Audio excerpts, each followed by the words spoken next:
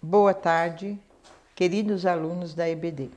Estamos aqui com mais uma aula do quarto trimestre, a aula de número 6, cujo título é A Revelação do Mistério chamado Igreja. Todos são muito bem-vindos para essa aula. Eu sou a professora Suzana, sou professora do CETEG, ou TEL School nesse momento, e estamos aqui para trazer um pouco mais da palavra de Deus aos corações de todos. Texto áureo. É demonstrar a todos qual seja a dispensação do mistério que desde o século esteve oculto em Deus que tudo criou. Efésios 3:9. Verdade aplicada. A Igreja de Cristo é portadora da revelação dos mistérios da graça divina a todos os povos e nações. Objetivos da lição: apresentar a nítida visão que Paulo tinha sobre os gentios, explicar acerca do mistério revelado a Paulo, mostrar que o plano divino não é desconexo. Textos de referência está na carta aos Efésios, escrita pelo apóstolo Paulo, no capítulo 3. Vamos ler os versículos 3, 5, 10, 11 e 12. Versículo 3. Como me foi dado esse mistério, manifestado pela revelação como acima em pouco vos escrevi. O qual noutros séculos não foi manifestado aos filhos dos homens, como agora tem sido revelado pelo Espírito aos seus santos apóstolos e profetas. Para que, agora, pela Igreja, a multiforme sabedoria de Deus seja conhecida dos principados e potestades no céu, segundo o eterno propósito que fez em Cristo Jesus, nosso Senhor, do qual temos ousadia e acesso com confiança pela nossa fé nele. O apóstolo Paulo vem tratando da questão de um mistério chamado Igreja. Essa carta foi escrita quando o apóstolo Paulo ainda estava na prisão. E ele foi preso porque ele estava pregando o evangelho aos gentios. E isso causou uma grande revolta entre os judeus, porque eles acreditavam que eles eram um povo único, um povo exclusivo de Deus, e que ninguém mais poderia ter acesso às coisas da lei, somente eles. E Paulo entra pregando o evangelho aos gentios. A mensagem de Paulo causou muita ira a esses judeus que insuflaram gregos e romanos contra ele. Os judeus diziam que Paulo estava querendo derrubar o rei daquela época. E a preço da fidelidade de Paulo a Deus, a Jesus Cristo, foi a prisão. E a pregação de Paulo consistia de que o amor de Deus pelos gentios havia chegado. E para o judeu, todo o povo que não era judeu era gentil. Então, gregos, romanos, colossenses, filipenses eram todos povos gentios. E para os judeus, esse povo só servia para ser aniquilado ou escravos. Eles não aceitavam que Deus poderia dar a eles uma oportunidade, porque para eles, como eu já disse anteriormente, só eles eram alvo do amor de Deus, pois eles não entendiam que eles tinham sido chamados como uma nação para Deus, mas para exercer um sacerdócio, ou seja, levar aos outros povos a salvação, a santidade, a lei, o amor. Mas eles se achavam exclusivos no amor de Deus. E, portanto, Paulo chega pregando o evangelho aos gentios. Eles, então, se revoltam contra Paulo e levam Paulo à prisão. Paulo, embora entendesse esse sentimento judaico, porque Paulo anteriormente também havia sido perseguidor da igreja, porque também tinha esse mesmo sentimento que os judeus. A experiência com Jesus Cristo, deu ao Paulo o pleno entendimento da graça divina. Eu quero aqui fazer um parênteses. A nossa experiência com Jesus vai nos levar cada vez mais a entender a graça divina, esse favor tão imerecido, essa capacidade para vencermos o pecado. E Paulo compreende, a partir da experiência com Cristo, Paulo começou a ter um entendimento novo sobre o amor de Deus por todos os povos. Agora já não era um povo exclusivo, o povo de Israel, mas todos os povos estavam agora, no momento em que Paulo escrevia aos Efésios, debaixo dessa oportunidade de conhecer o grande amor de Deus. Essa oportunidade, a Bíblia nos relata que ela começa na plenitude dos tempos, ou seja, era tempo dos gentios conhecer também o grande e inefável amor de Deus. E Paulo, por conta disso, para pregar esse amor aos gentios, foi para a prisão. Mas a prisão não era um peso para Paulo. Paulo se alegrava com a oportunidade de estar pregando aos gentios, não importasse a consequência. E nós também devemos ter esse mesmo sentimento que Paulo. O que importa é que o evangelho seja pregado a tempo e fora de tempo, como diz a palavra de Deus. E as tribulações que nos vêm acerca disso têm que ser recebidas com alegria, com a satisfação de estarmos fazendo aquilo que agrada ao coração do Pai. Em Efésios 3,13, o apóstolo diz assim: portanto, peço-vos que não desfaleceis das minhas tribulações por vós, que são a vossa glória.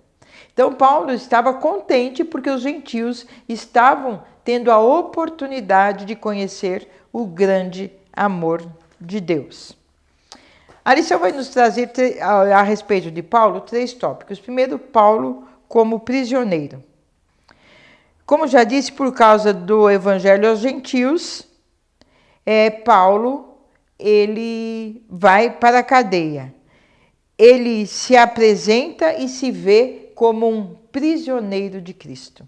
Ele próprio diz: eu sou prisioneiro de Cristo. Não no sentido negativo, mas como privilégio. Estava ciente de que tanto a sua vida quanto a sua prisão estava sob o senhorio de Jesus Cristo.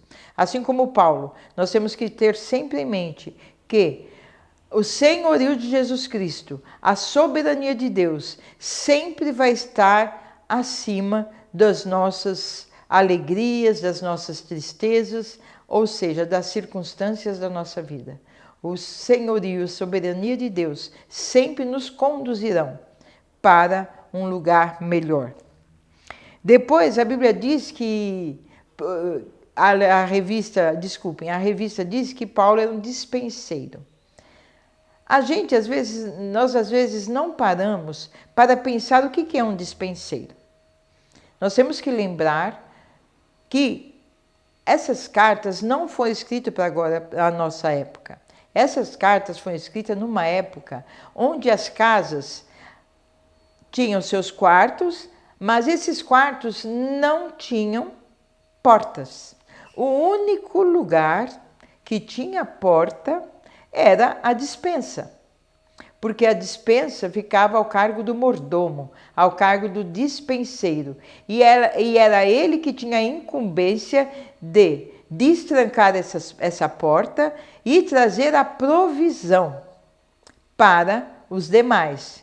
Então, Paulo, como dispenseiro da graça de Deus, ele tinha a chave que abriria a porta da graça divina para os gentios.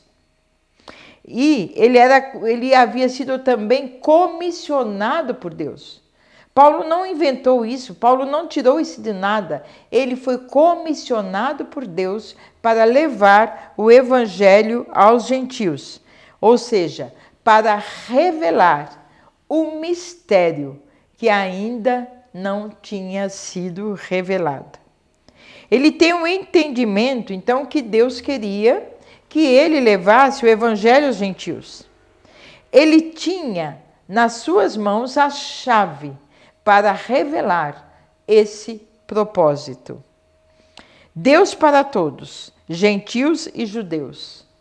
Agora, não era só judeu, mas gálatas, colossenses, romanos, filipenses, gregos, todos agora poderiam ter a oportunidade de conhecer o grande amor de Deus.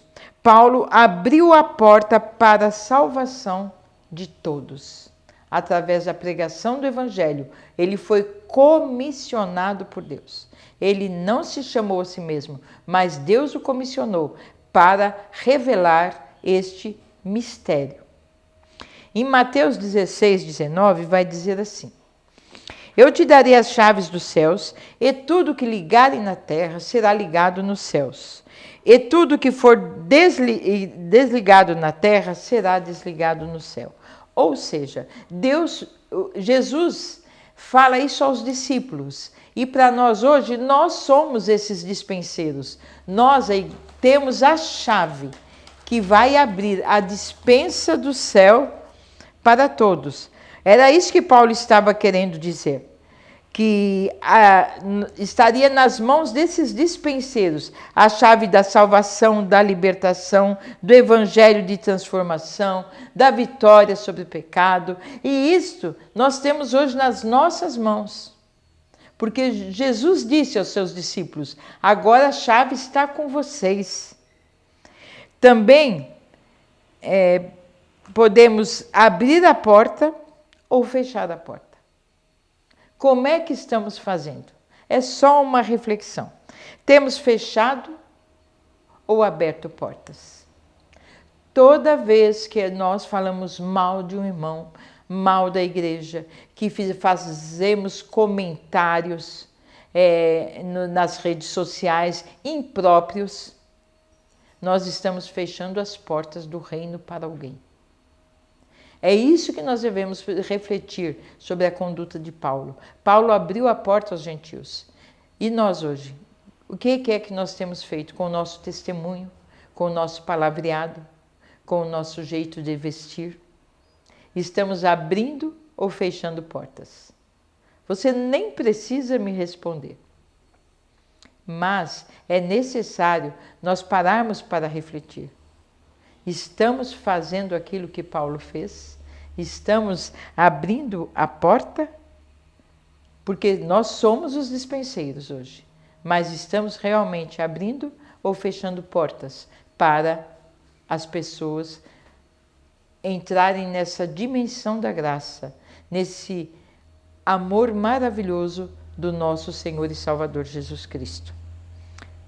É bom para nós pensarmos um pouco sobre isso, você não acha? E Paulo diz também que ele era embaixador.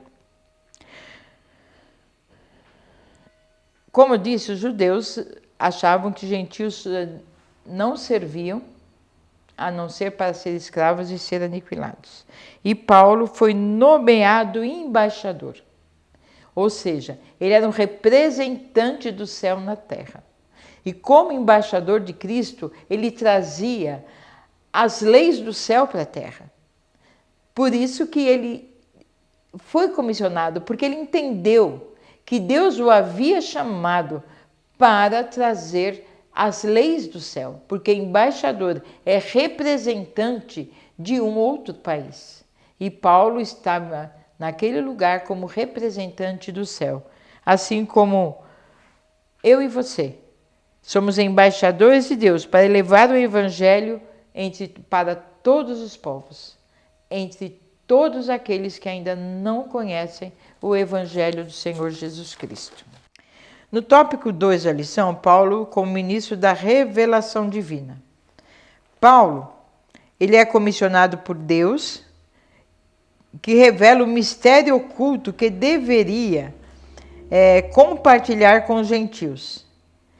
Entendendo o mistério. E agora? Como entender isso? Você já parou para pensar? Que mistério que é esse?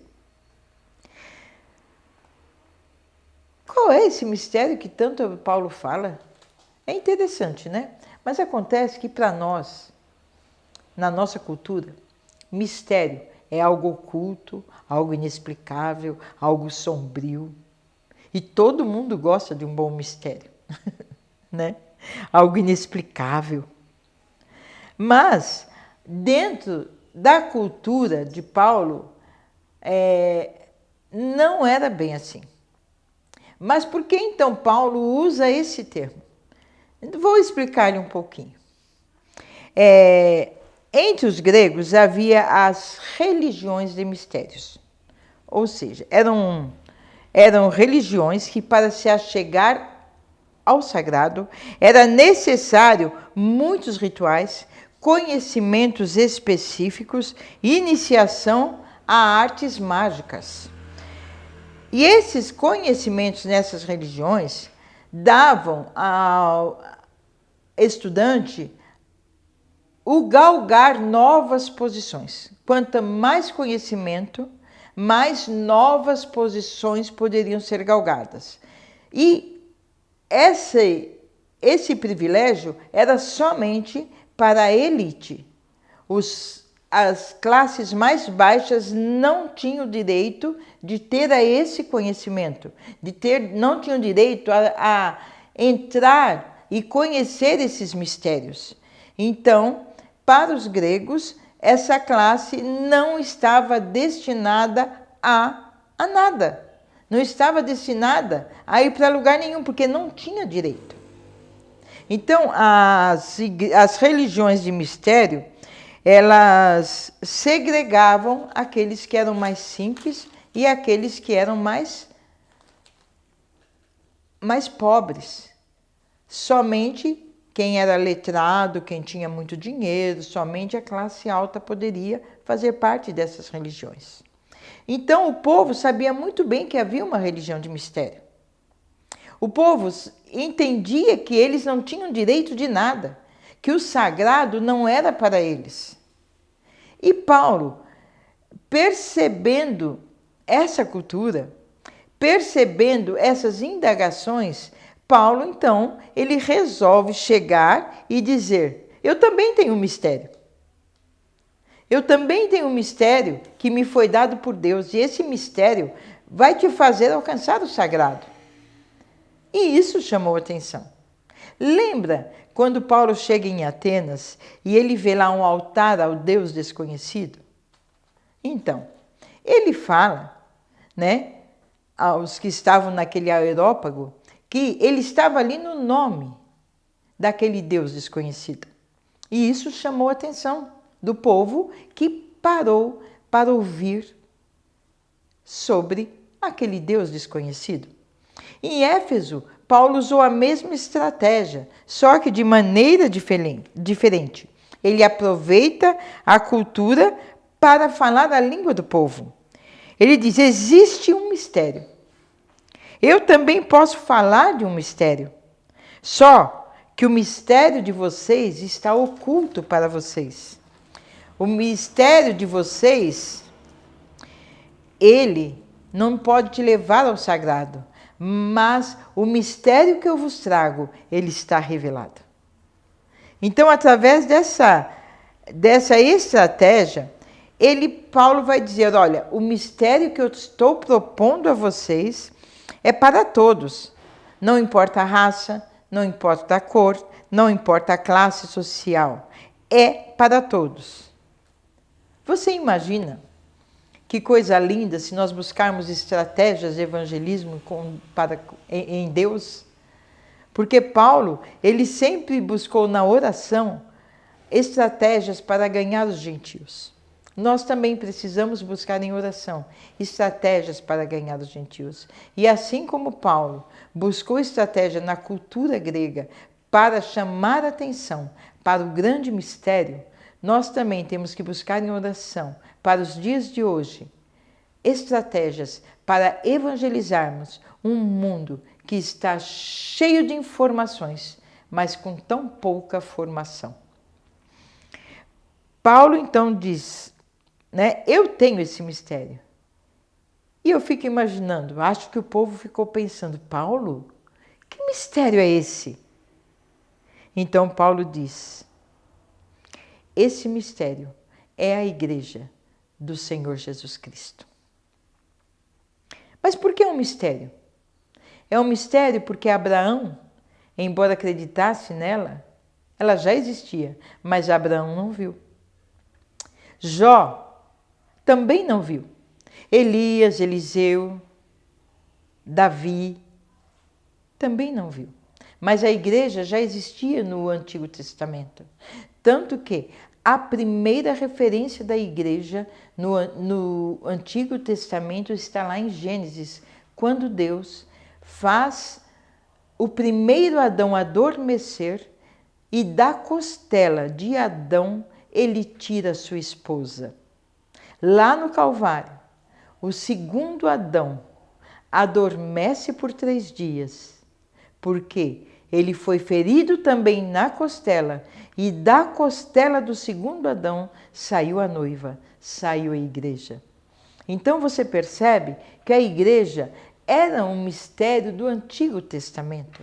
Agora ela já está revelada. Não só a igreja, mas a noiva do Cordeiro, que deveria ser de todos os povos, para que a multiforme graça de Deus se manifestasse na terra.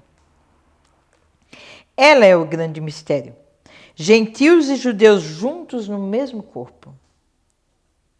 Há alguns anos atrás se dizia que a igreja tomou o lugar dos judeus no coração de Deus. Isso não é verdade. Paulo vem nos explicando, elucidando que agora judeus e gentios fazem parte de um mesmo corpo, o corpo de Cristo. Não há mais separação entre Deus e os homens. Quem faz parte desse mistério? Todos que se convertem. Gentios e judeus no mesmo corpo, cuja cabeça é o Senhor Jesus Cristo. Gentios e judeus, herdeiros com Cristo. E o corpo não pode ser dividido. De ambos os povos, ele fez um só corpo. É esta a mensagem do mistério revelado. Gentios e judeus participando da promessa. Você lembra que lá em Abraão, Deus diz a Abraão, Abraão, em ti serão benditas todas as famílias da terra. Aí já estava presente a igreja, porque Abraão não viu, mas ela já estava presente, porque dos 2 povos, Jesus Cristo fez um, rompendo o véu da separação que existia. Olha que coisa linda. Nós somos chamados para romper os véus de separação. Hoje, a igreja, ela está revelada ao mundo. Mas nós precisamos levar a mensagem do Evangelho a todos que ainda não conhecem o grandioso e bondoso amor de Deus. Na parte da nossa lição 2.2 vai falar da humildade e a seriedade do apóstolo Paulo. Como já disse antes, ele não foi por conta própria, ele recebeu um chamado. E ele se considerava o menor de todos. O que tem que nos acompanhar sempre será o chamado e a humildade. A humildade tem que levar ao chamado, e o chamado precisa nos levar para a humildade. Depois, no tópico 3, nós temos as riquezas do mistério revelado. O mistério revelado no Antigo Testamento, no Novo Testamento, desculpem. Os judeus acreditavam, já que o Evangelho chegou aos gentios, os gentios precisavam ter as mesmas práticas judaicas dentro da igreja. Circuncisão, guarda de sábado, abster-se de comida, né? essas coisas. E Paulo vem dizendo que não, que agora era um novo tempo. Não era mais com base no mérito humano, mas tudo agora, nesse mistério, a base dele seria os méritos de Cristo. Porque é graça. Graça é aquilo que o céu tem de melhor para o que a terra tem de pior. Então é a graça revelada, mas é no esforço humano? Não. É meritocracia? Eu faço para ter? Não. É no mérito de Cristo. Porque em 1 Coríntios 12, 13 vai dizer assim: pois todos nós fomos batizados em um só Espírito, quer gregos, quer servos, quer livres, e a todos foi dado beber de um só Espírito. Então, todos passam a desfrutar de todas as bênçãos divinas por causa do mérito de Cristo. Cristo, quando morreu naquela cruz, quando ressuscitou, subiu ao céu, ele levou-nos de volta para o coração de Deus, que é o lugar de origem de todo homem. E por conta disso, por conta desse sacrifício, dessa entrega total de Cristo na cruz do Calvário, Deus, quando olha para mim e para você, Ele olha para nós como se estivéssemos justificados, pois estamos justificados. A justificação da cruz do Calvário diz para Deus: não temos pecado algum. E esse mérito é humano? Não. Esse mérito é exclusivamente de Cristo, do Senhor dos Senhores, pois Ele pagou o preço da redenção. O preço foi muito alto. Para nós compreendermos quão grande é a redenção, nós precisaríamos entender quão hediondo é o pecado em toda a sua estrutura, em toda a sua natureza. O pecado, ele destruiu tudo, a imagem e semelhança que Deus havia colocado no homem. E em Cristo Jesus, nós voltamos a essa condição. Podemos vencer sim o pecado por causa da graça divina, que Jesus abriu a porta da graça. E Paulo, ao pregar o evangelho aos gentios, abriu a porta da graça também aos gentios. E hoje nós, como igreja, temos o dever de abrir a porta da graça para aqueles que ainda não conhecem o Senhor. A suficiência da graça. A graça, ela é suficiente. Ela é transformadora. Ela é capacitadora. A graça é criativa. A graça é suficiente. E ela só foi possível por causa da cruz do Calvário. No ponto 3.2 da nossa lição, o propósito estabelecido por Deus. Qual era esse propósito?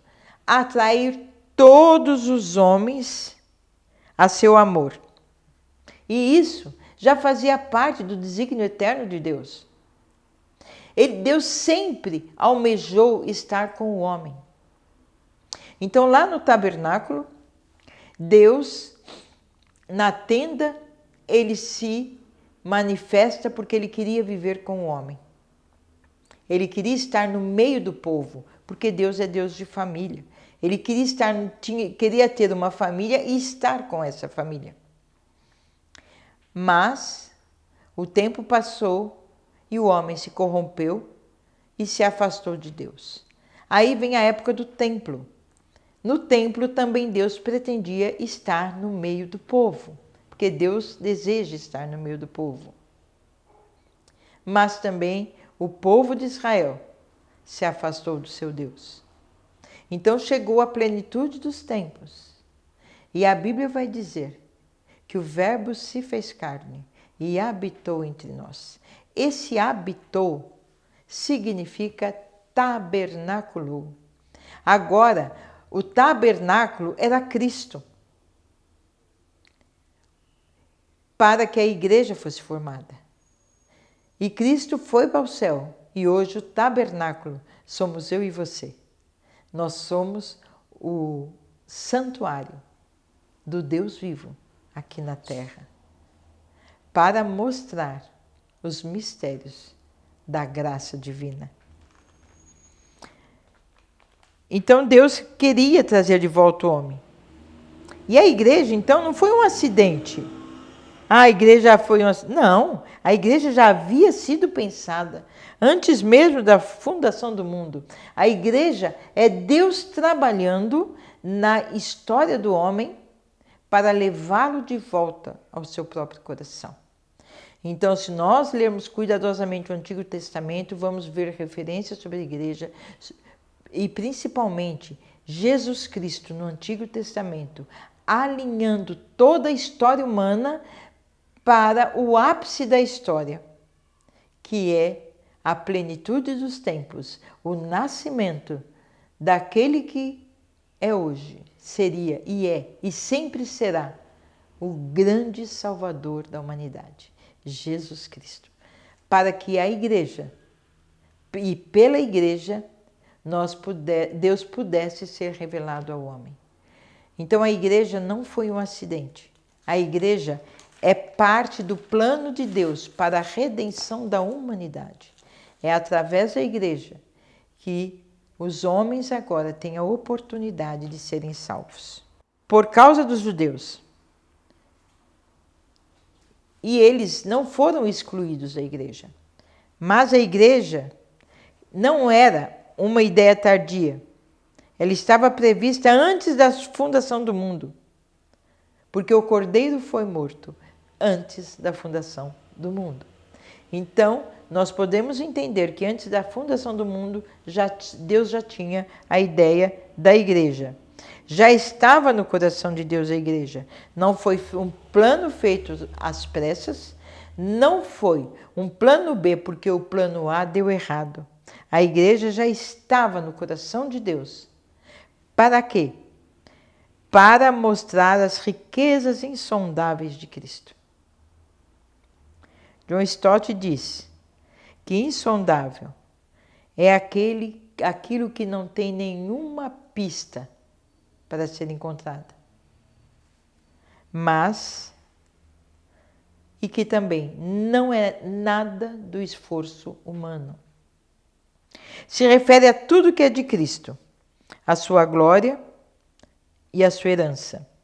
Deus não poupou riquezas para aqueles que são dele. À disposição da igreja tem riquezas insondáveis, riquezas que não se obtêm por mérito ou por esforço humano. Quer ver algumas delas? A graça, o amor de Deus, a participação nas bodas do Cordeiro, a vida eterna, a presença de Deus conosco todos os dias, o nosso novo nome que teremos lá no céu, a coroa de glória, o toque da trombeta para o arrebatamento da igreja. Você já parou para pensar quão grandes são essas riquezas? Que coisa linda que Deus preparou para nós. Nós poderíamos juntar bilhões de dólares, mas jamais compraríamos a nossa salvação.